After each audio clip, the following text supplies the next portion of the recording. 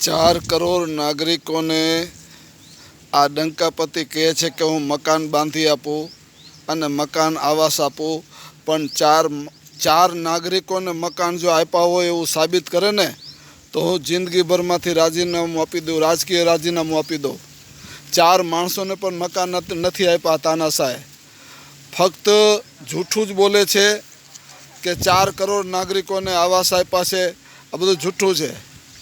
અને આ ટ્રક ડ્રાઈવરોની જે હડતાળ હતી ને, થૂકેલું ચાટું પડ્યું મોદી સાહેબે, અને જે આ કારા કાયદા ડ્રાઈવરો માટેના બનાવ્યા હતા ને એનો વિડીયો પછી હું તમને આપીશ, પણ થૂકેલું ચાટું પડ્યું।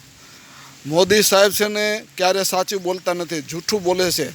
આ જૂઠો તાનાશાહ છે। 2024માં હવે એની વિદાય પાકી છે। હું ગુજરાત જનતા સમર્થન પાર્ટીનો પ્રેસિડેન્ટ ગુલામ હુસૈન ઉમરભાઈ બલોચ મકરાણી। જય હિન્દ, જય ભારત।